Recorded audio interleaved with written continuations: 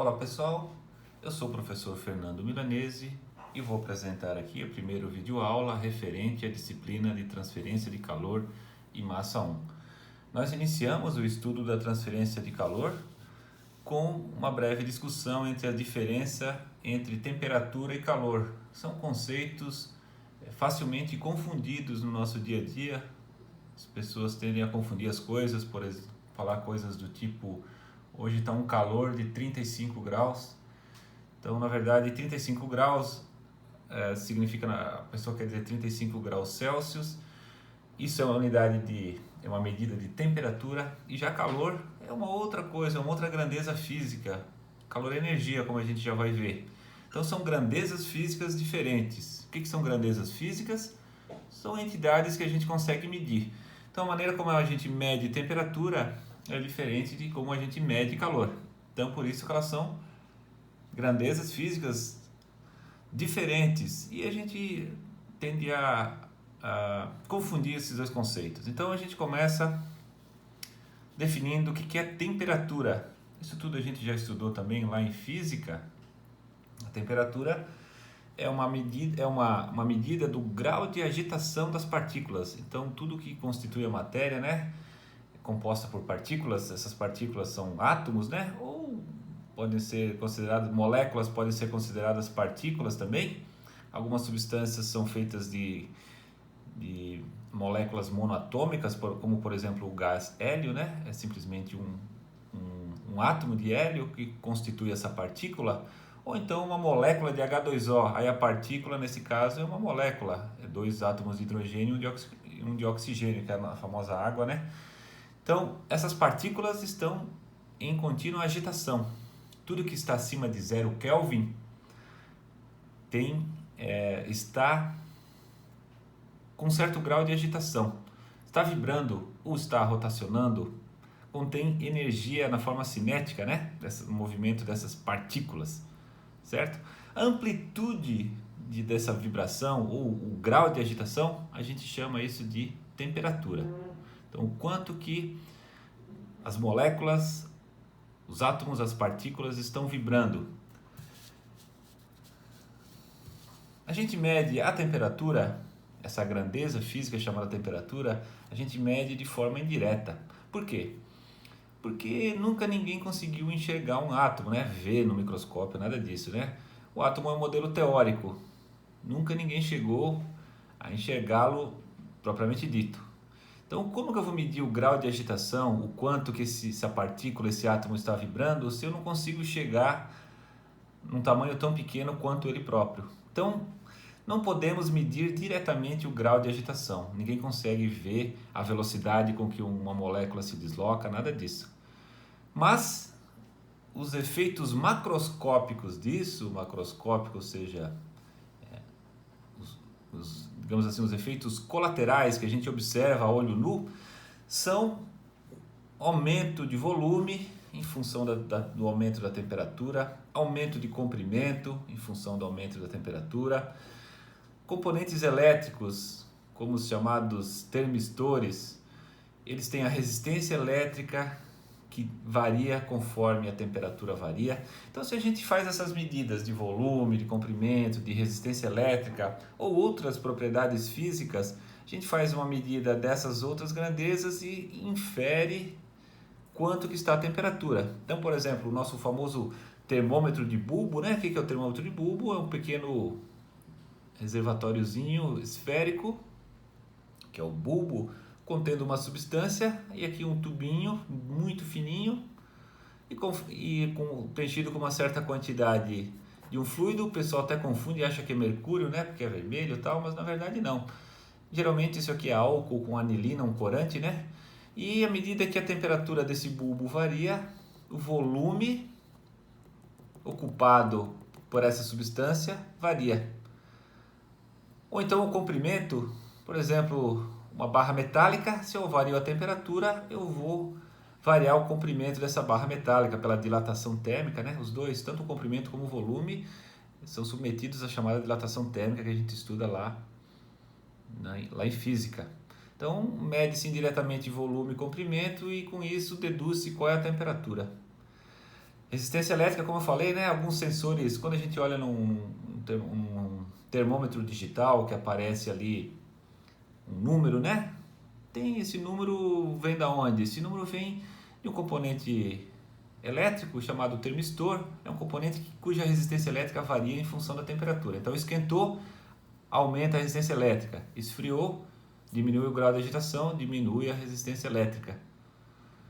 Com isso, medindo-se a resistência elétrica desse componente através de tensão e corrente, né? Lei de Ohm, consegue-se, através de uma calibração de laboratório, saber que, muito bem, aquele componente, quando ele está a 20 graus Celsius, a resistência elétrica dele é de X ohms. Quando ele está a 21, vai ser Y ohms. Ou seja, tem uma tabela embutida, um polinômio, né, que transforma a resistência elétrica em temperatura, e a gente enxerga ali no painel um númerozinho 35 graus Celsius, coisa assim. Então observem que os termômetros usados para medir temperatura são medidas indiretas, porque a grandeza que nós estamos querendo medir é o grau de agitação, só que a gente não consegue enxergar, então medimos outras propriedades físicas. A unidade da temperatura, no sistema internacional, estaremos trabalhando com o sistema internacional de unidades, né? É o Kelvin, o oficial do sistema internacional, mas em países como o Brasil e muitos outros países da Europa, por exemplo, utiliza-se bastante o grau Celsius. Então isso aqui é Celsius, não é centígrados, tá? Celsius, grau Celsius. Outros países de língua inglesa mais tradicionais, por exemplo, Estados Unidos, Inglaterra, utilizam o grau Fahrenheit. Mas a gente aqui não vai estar trabalhando com o grau Fahrenheit, só com grau Celsius, que é comum na maior parte do mundo, e o Kelvin, que é sistema internacional. Lembrando que para transformar de Kelvin para grau Celsius, só somar 273 e temos Kelvin, transformação direta. Tá bom? Então tá, esses são uma revisãozinha sobre o que é temperatura. Então, é um grau de agitação medido indiretamente e a unidade é isso daqui. Muito bem, agora vamos para o calor. O calor é energia. Energia é uma grandeza física medida em joule. Que energia que é essa? A gente sabe que existem várias formas de energia. Energia elétrica, energia cinética, energia potencial. Existe uma forma de energia chamada calor. Também toda forma de energia medida em joule, né? Que forma de energia é essa? Que tipo especial de energia é essa? Energia transferida de uma partícula a alta temperatura para uma partícula a baixa temperatura. Então, imaginem que a partícula é com alta temperatura cede energia para a partícula a baixa temperatura. Então, observem que energia é medida em joule, é diferente de temperatura medida em graus Celsius, logo calor e temperatura são coisas diferentes. Então existem várias formas de energia e entre elas está o calor.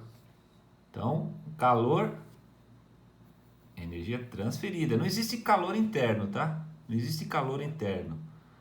Como se fosse uma analogia, pessoal, uma conta corrente, tá? Imagina que todo mês vocês recebem uma certa quantidade de dinheiro.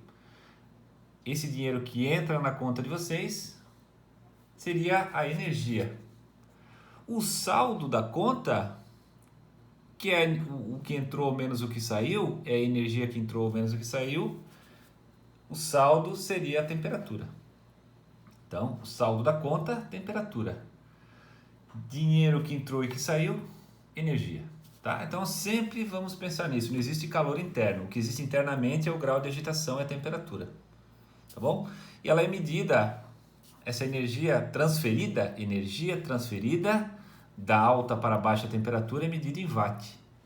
Símbolo W, né? O que é watt? Por definição, joules por segundo. É quanto de energia que entra na unidade do tempo. Então, de novo, voltando à conta corrente, é quanto dinheiro que entra por mês. O dinheiro que entra, que sai por mês. da conta, temperatura é o saldo que ficou na conta. Então, aqui a gente não trabalha joule por mês, trabalha joule por segundo, né? Que é a unidade básica do sistema internacional, joule por segundo, isso é watt. Então, sempre que existe uma diferença de temperatura, um ponto quente e um ponto frio, automaticamente, pela segunda lei da termodinâmica, vai existir energia sendo transferida constantemente. Enquanto existir uma alta temperatura, uma temperatura mais alta que a outra, a natureza se encarrega de transferir a energia dessa partícula em alta vibração para uma partícula em baixa vibração, baixo grau de agitação. Um exemplo bem comum do nosso dia a dia, ó. Estamos nós na nossa casa, imagina que a nossa casa está num ambiente onde o ar está aproximadamente 20 graus Celsius, seria a temperatura na rua, né?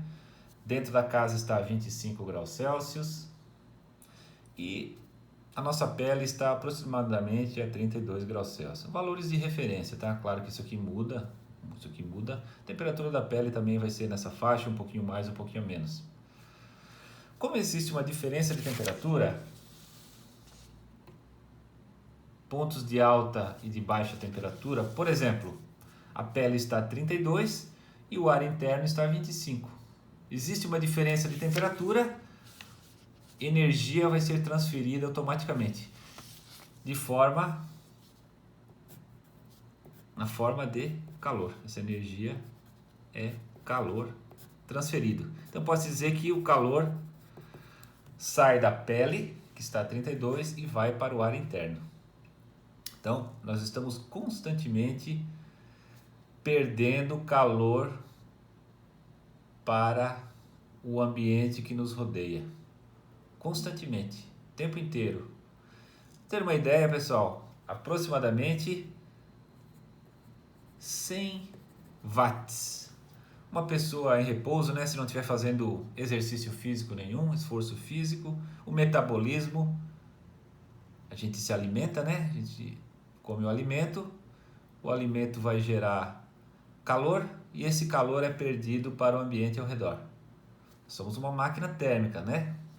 Lembram lá de termodinâmica? Uma fonte a alta temperatura, um motor, uma fonte a baixa temperatura. Esse aqui é o nosso alimento. Esse aqui é o corpo humano. E aqui é o ambiente. A gente retira calor do alimento.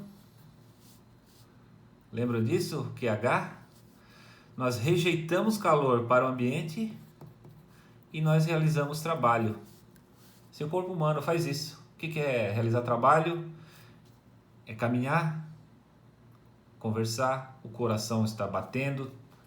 É uma máquina que está gerando trabalho aqui dentro, circulando sangue pelas veias, respiração, metabolismo, está gerando trabalho interno e está rejeitando calor. Então esse calor rejeitado pela essa máquina térmica que é o corpo humano é rejeitado para o ambiente. Então observem que obrigatoriamente a temperatura da pele acaba sendo maior que a temperatura do ar ambiente. Por quê? Se for ao contrário, se o ar ambiente estiver mais quente que a pele, o calor não vai ser rejeitado. Por exemplo, se aqui o ar interno estiver a 50 graus Celsius, o calor, em vez de ir do nosso corpo para o ambiente, segue o sentido contrário, vai do ambiente para o corpo. Então a gente ganha mais calor e aí a gente vai cozinhar, né? Então não funciona. Então, por isso que o conforto térmico, o corpo humano só funciona com temperaturas, funciona bem com temperaturas abaixo de 32 graus. Acima de 32, tem que recorrer a outros artifícios, por exemplo, o suor, etc. Suor a gente fica desidratando, né? Evaporando água, essa água em evaporação remove esse calor. Só que a gente vai desidratando, então é uma situação longe do ideal. O ideal é que o ambiente onde a gente esteja inserido esteja mais baixo que aproximadamente 32 graus Celsius. Então, o calor saiu do nosso corpo e foi para o ar interno dessa casa. E essa casa está mais quente que o ar externo. Então, vai ter calor também, atravessando as paredes da casa. Olha só, o calor atravessa as paredes da casa. Então, observem que o calor saiu do ponto mais quente, foi para o ponto intermediário e depois para o ponto mais frio. Então, o calor é essa energia que espontaneamente a natureza se encarrega de transferir da alta temperatura para baixa temperatura. Então, observe que o princípio básico é o mesmo. Transferência de calor significa energia do ponto quente para o ponto frio. Agora, um mecanismo físico como isso ocorre muda. Por exemplo, aqui, ó, aqui temos a superfície da pele, que é um sólido, e o ar interno, que é um fluido. Então, existe uma interação entre um sólido e um fluido. Sólido e um fluido. Já o calor que está atravessando a parede, nós temos um fluido aqui que está a 25 e temos outro fluido que está a 20 graus, que é o ar e o ar. Só que entre esses dois fluidos existe uma interface sólida, uma barreira, um bloqueio. Observem que os mecanismos são diferentes. Aqui uma interface sólido-fluido e aqui uma barreira sólida. Então, dependendo do meio material que está separando o ponto quente e o ponto frio, dependendo do tipo de material, se é sólido, se é fluido, existem diferentes mecanismos físicos associados. Por exemplo, se nós estivermos trabalhando com gases e líquidos, imagine que isso aqui seja dois gases, tá? Um gás que está numa temperatura T1 e um gás que está numa temperatura T2. Isso aqui é um reservatório fechado. Cada bolinha vermelha dessa simboliza uma molécula desse gás aqui. Mas é qualquer gás. A teoria cinética dos gases, né, diz que os gases podem ser considerados bolinhas, partículas com uma certa massa, que estão viajando a uma certa velocidade. A temperatura do gás é diretamente proporcional à intensidade dessa velocidade, a velocidade da flechinha. Então, aquilo que a gente já falou, né? Quanto mais alta a temperatura, maior o grau de agitação. Para gases, isso significa maior o vetor velocidade aqui. Líquidos também, tá? Os líquidos, a mesma coisa. Os líquidos, os fluidos, né?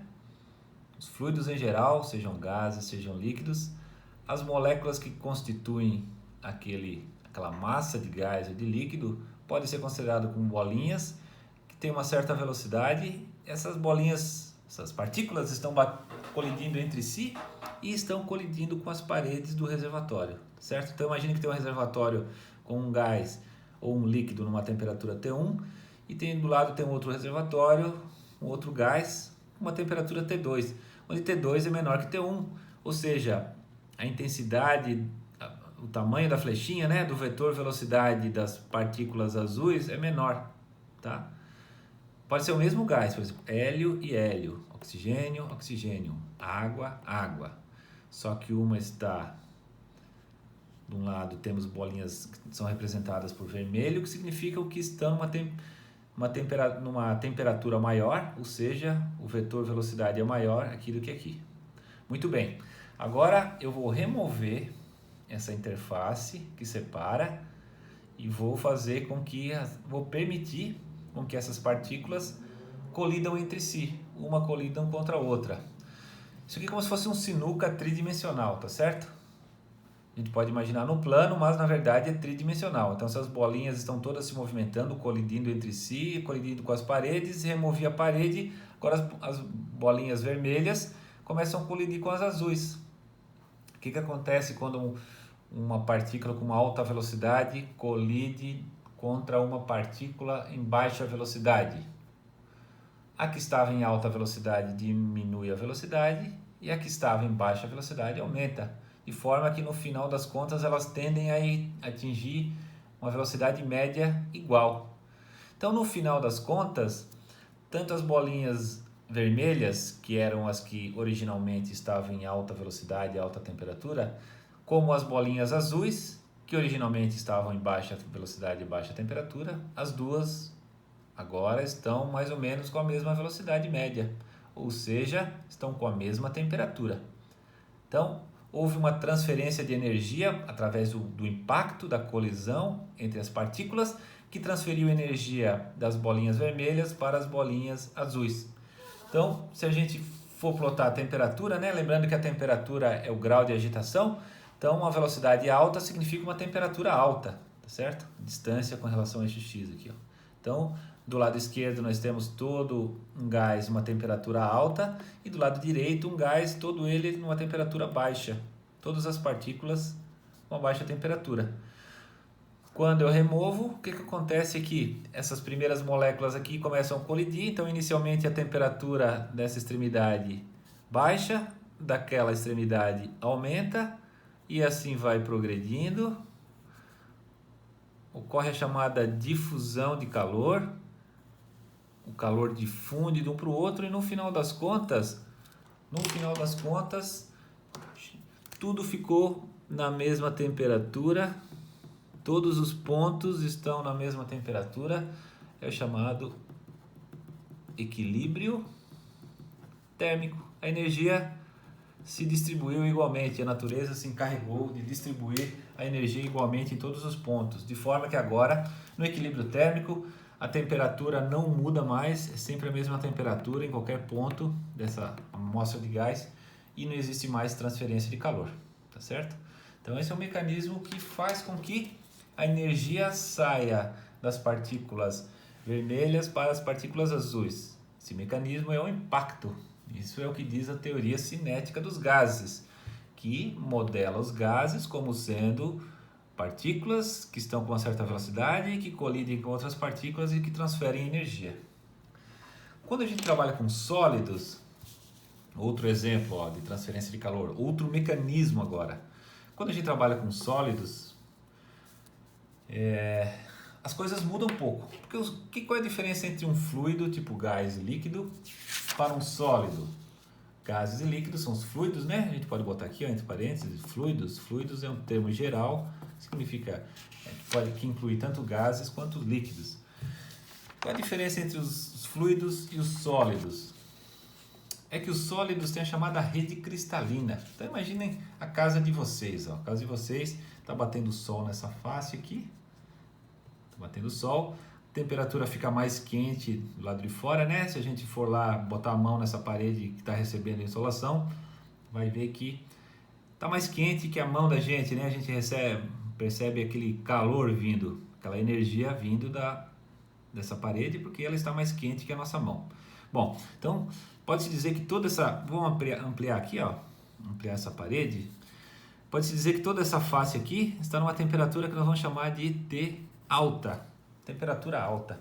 Agora imagine que aqui dentro dessa casa tem um aparelho de ar-condicionado ligado, de forma que em toda essa face aqui o ar está mais fresquinho, então nós temos uma temperatura, vamos chamar de T baixa. E as moléculas, as partículas que constituem esse sólido estão alinhados numa rede cristalina. Enquanto que nos fluidos não existe rede cristalina, existe liberdade para as moléculas colidirem uma contra as outras. Isso ocorre para gases e líquidos.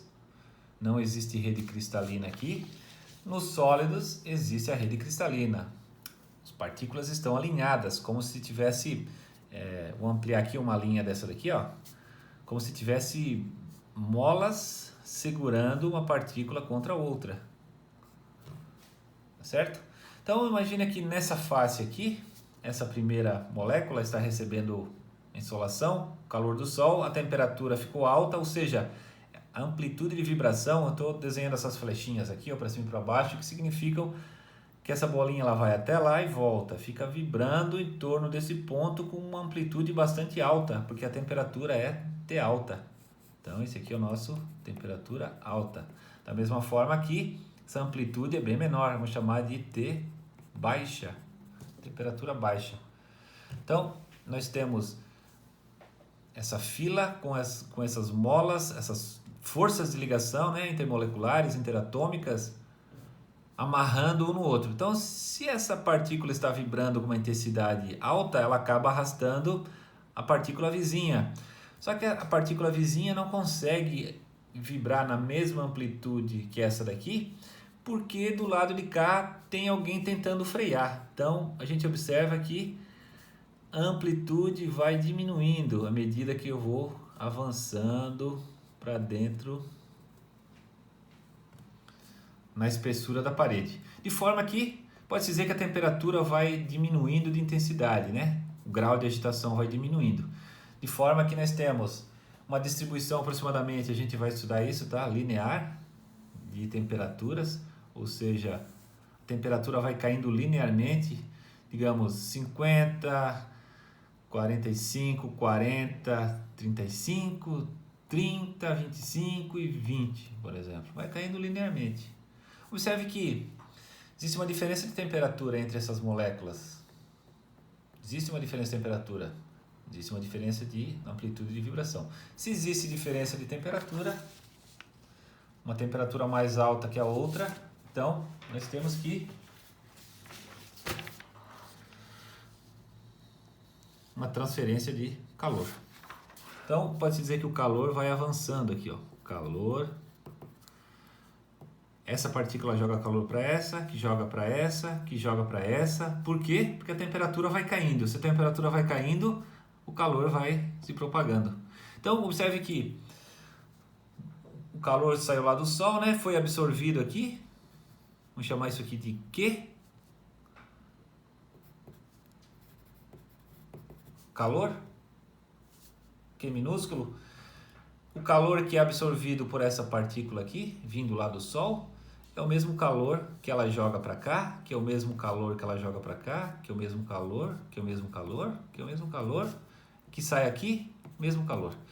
Tudo que entrou na forma de calor, saiu na forma de calor. Então a gente diz que, através dessa parede, temos um lado mais quente que o outro, vai haver uma transferência de calor, daqui para cá,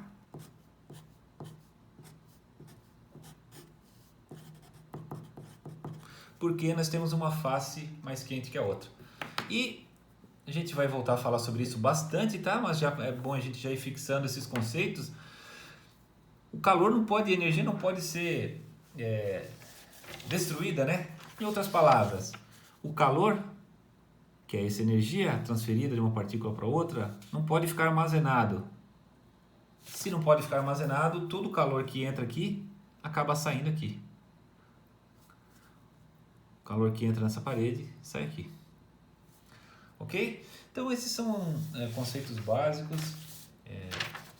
O objetivo aqui era demonstrar que, dependendo da natureza física do material que constitui, o mecanismo de transferência de energia é diferente, né? Se for gases e líquidos, através do impacto, da colisão entre as partículas. No caso de sólidos, são vibrações, né, na rede cristalina. Vibrações, as partículas propagam energia ao longo da rede cristalina, através das ligações interatômicas. Então, existe uma diferença de temperatura, medida em graus Celsius, vai haver uma taxa de transferência de calor, medido em joule por segundo, ou watt, né? Existindo uma diferença de temperatura, vai existir uma taxa de transferência de calor. O que nós vamos fazer de agora em diante é como correlacionar essas duas coisas. Como que essa diferença de temperatura medida em graus Celsius vai me gerar uma quantidade de calor medida em watt.